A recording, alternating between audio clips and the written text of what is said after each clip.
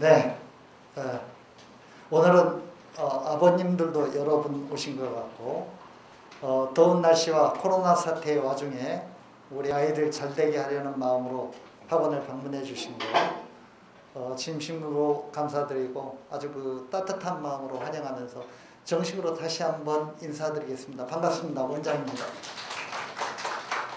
우리가 보통 설명회를 하면 한 200명씩 이렇게 모으고 하는데 잘 아시는 것처럼 코로나의 어떤 그런 그 여파로 인원 집합 규제 이런 것도 있고 그래서 평소와는 다르게 우리가 고등부 설명회로 그 보통 했었습니다. 올해는 학년을 전부 쪼갰습니다. 그래서 고3, 고2, 고1 이렇게 나누어 가지고 설명회를 진행을 올해는 기획을 했고 그래서 우리 여기는 정확하게 고3 학부모님들만 오셨기 때문에 고3과 관련된 의무사항 같은 거 질문도 하실 수 있고 더 그 초점을 맞춘 어떤 그런 선명한 어떤 그런 설명회가 되지 않을까라는 그런 어떤 생각이 듭니다.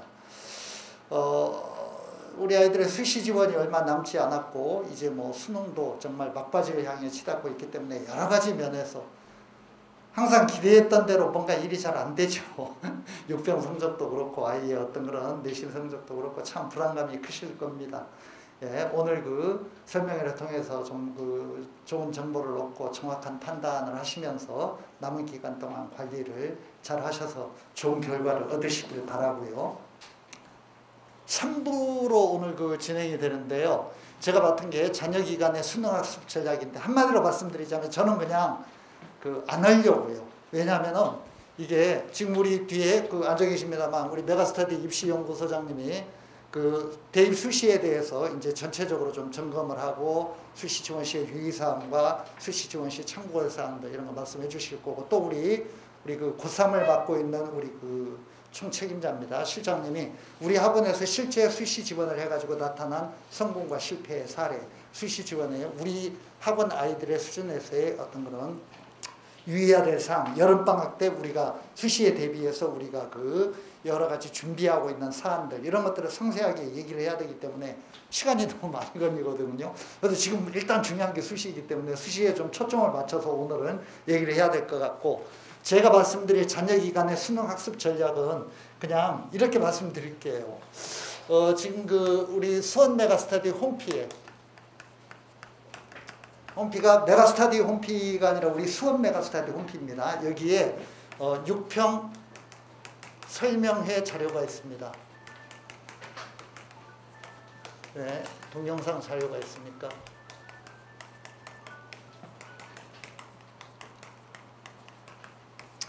꼭 시청해 주시기 바라고요. 여기에 가면은 그 6평 설명회 동영상 자료에 보면은 남인군 소장님하고 저하고 진행을 했는데 제가 거기서 한 1시간 정도 6평 이후에 어떻게 그 수능 대비를 해야 되는가 남은 기간 어떻게 학습 전략을 짜야 되는가 제가 얘기를 했으니까 그거 참조해 주시고 제가 그거 여기서 비슷한 얘기를 반복하면 1시간 정도 걸리거든요. 그러면 뒤에 수시 얘기해서 부모님들이 지치시고 중요한 거 캐치를 못 할 수 있기 때문에 그냥 이걸로 대체하겠고요. 두 가지만 말씀드릴게요. 제일 중요한 거 두 가지만 이제 그 잊지 마시라고 각인시키기 위해서 말씀드릴 테니까 이것만 유념하고 가시기 바랍니다. 이 동영상에 다 나와 있습니다. 그게 나와 있는 내용인데 두 가지만 핵심적인 말씀드릴게요. 첫째, 올해는 아이들이 예상하는 것보다는 상당히 수능이 어려워질 가능성이 큽니다. 그래서 거기에 대비를 해야 되고요. 수능 난이도가 올해 수능에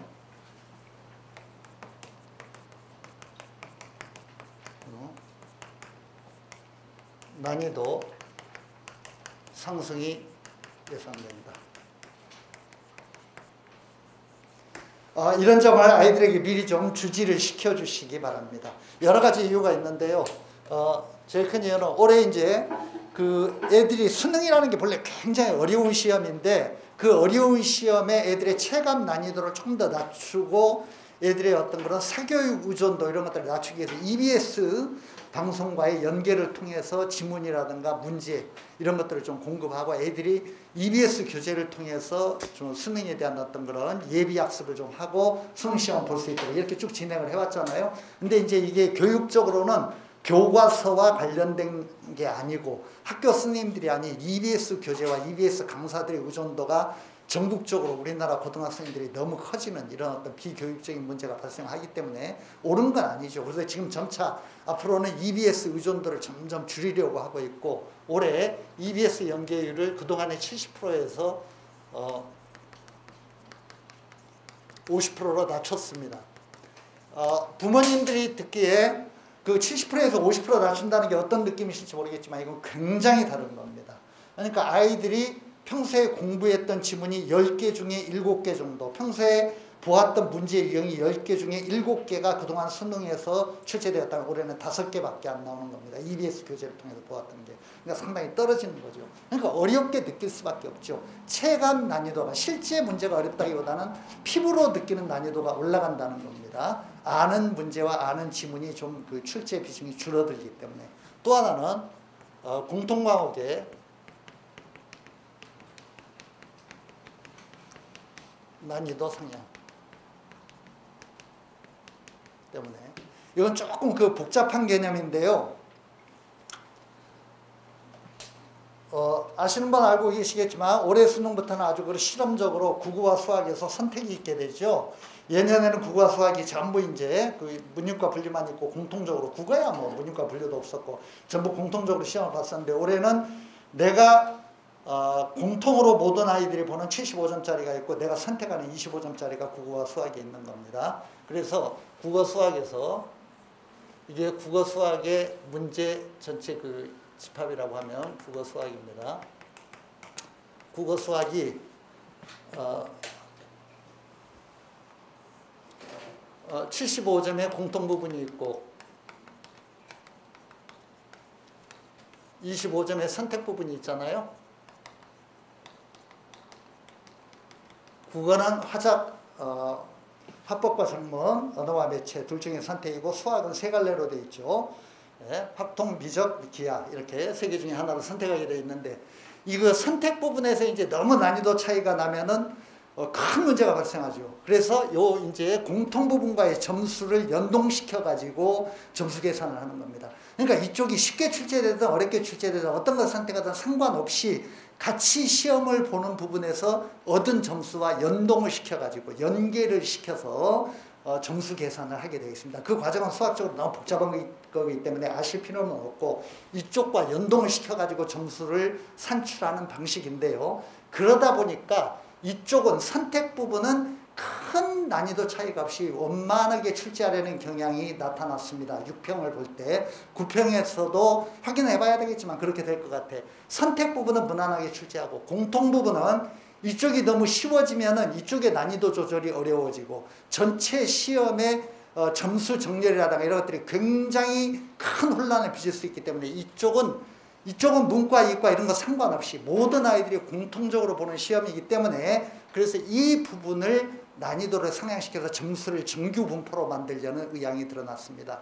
그래서 이 부분이 굉장히 어렵기 때문에, 공통과목의 난이도라는 게 이 부분을 말하는 겁니다. 75점. 이 부분이 상당히 어렵게 출제됩니다.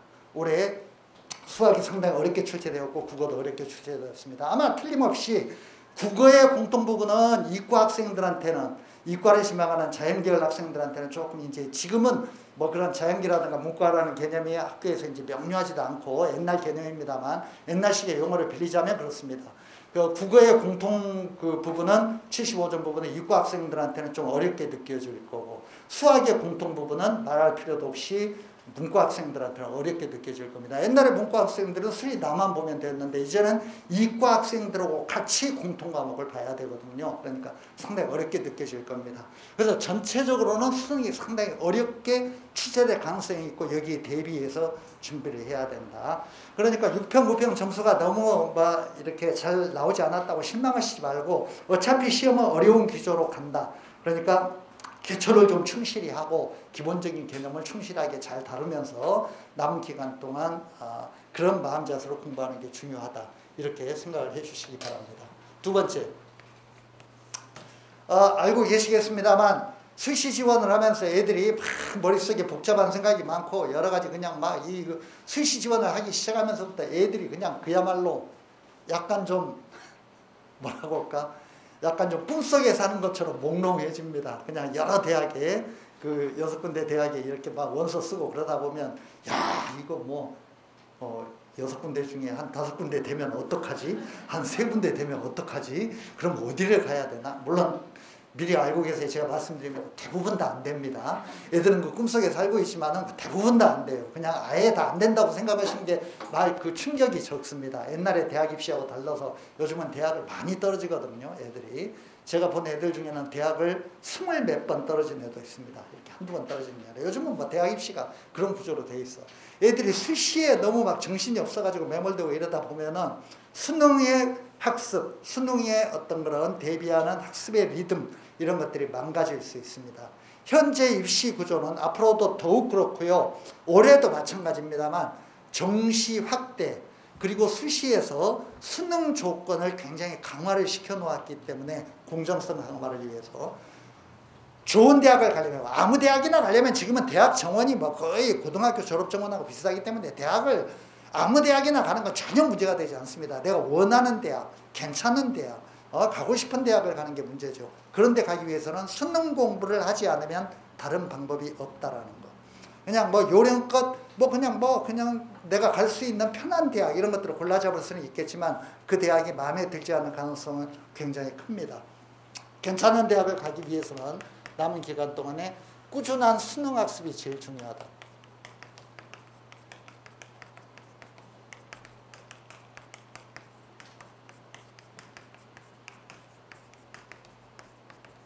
꾸준한 수능 학습이 제일 중요하다.